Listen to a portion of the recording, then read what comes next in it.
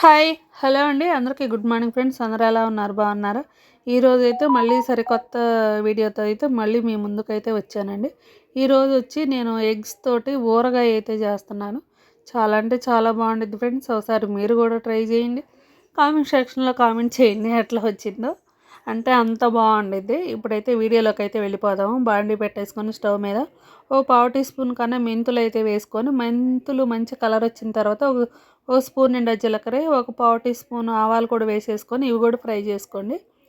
Fry చేసుకున్న తర్వాత చల్లారిన తర్వాత మిక్సీ పట్టేసుకొని మెత్తటి పొడిలాగా చేసుకొని పక్కకు పెట్టేసుకుందాము. పక్కకు పెట్టేసిన తర్వాత అదే బండిలో ఒక స్పూన్ నిండా ధనియాలు, ఒక పావు టీ స్పూన్ మిరియాలు, ఒక 2 లవంగాలు, చెక్క కూడా వేసేసుకొని ఫ్రై చేసుకొని ఇవి కూడా మెత్తటి మిక్సీ పట్టేసుకుందాం. ఇవి కూడా మిక్సీ పట్టేసేసి ఇందాక మన ఆవాలు, మెంతులు, జీలకర్ర ఉంది కదా, ఆ పొడిలో కలిపేసుకోండి. ఈ పొడి కూడా మొత్తం కలిపేసి పక్కకు పెట్టేసుకుందామండి. పక్కకు పెట్టేసిన తర్వాత స్టవ్ మీద బాండీ పెట్టేసుకొని ఒక 3 టేబుల్ స్పూన్ నిండా ఆయిల్ అయితే వేసుకుందాము. 3 టేబుల్ స్పూన్ నిండా ఆయిల్ వేసేసి ఆయిల్ వేయంగానే పసుపు అయితే ఒక పావు టీ స్పూన్ పసుపు వేసుకుంటున్నాను. పసుపు వేయంగానే ఉడకపెట్టిన ఎగ్స్ అయితే కొంచెం ఘాట్లు పెట్టి అయితే వేసుకుంటున్నానండి. ఇంకొక చిన్న టిప్ అయితే చెప్తాను ఫ్రెండ్స్. ఆయిల్ కాగిన తర్వాత పసుపు వేస్తే మనకి పసుపు అనేది బ్లాక్గా అయితే అయ్యిద్ది. ఆయిల్ వేడి అవ్వకముందే పసుపు వేస్తే కలర్ అనేది చేంజ్ అవ్వకుండా మనకి ఎల్లో కలర్లోనే ఉండిద్ది. కలర్ అయితే మారదు మనకి. చక్కగా ఎగ్స్ వేసిన తర్వాత మంచి కలర్ వచ్చిన దాకా ఫ్రై చేసుకోండి. అట్లా మంచి కలర్ వచ్చిన తర్వాత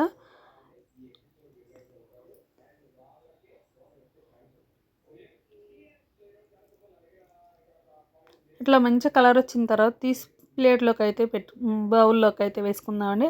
ఇట్లా బౌల్లోకి వేసిన తర్వాత ఇదే ఆయిల్లో ఒక పావు టీ స్పూను ఆవాలు, ఒక పావు టీ స్పూన్ వచ్చి జీలకర్ర వేసి కరివేపాకు కూడా ఒక రెమ్మ వేసుకొని కరివేపాకు కొంచెం క్రిస్పీగా అయ్యిందాక ఫ్రై చేసుకోండి. ఫ్రై అయిన తర్వాత అల్లం వెల్లుల్లి పేస్ట్ అయితే ఒక స్పూన్ నిండా అయితే వేసుకోవాలండి. పెద్ద స్పూన్ నిండా అల్లం వెల్లుల్లి పేస్ట్ వేసుకొని అల్లం వెల్లుల్లి పేస్ట్ పచ్చి వాసన పోయే వరకు ఫ్రై చేసుకోండి ఫ్రెండ్స్.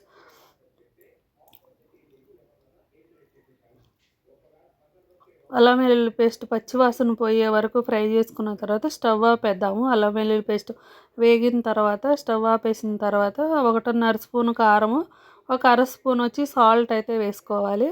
ఆ వేడి సరిపోయిద్ది. ఆ వేడికే మనకి కారం అనేది మంచి కలర్ అయితే వచ్చింది. ఇప్పుడైతే ఇందాక ధనియాలు, జీలకర్ర, మెంతుల పొడి కూడా 1.5 స్పూన్ వేసేసుకొని మొత్తం కలిపేసుకొని ఇందాక ఫ్రై చేసుకున్న ఎగ్స్ కూడా వేసేసుకుందాము. వేసేసి మొత్తం ఒకసారి కలిపేసుకుందామండి.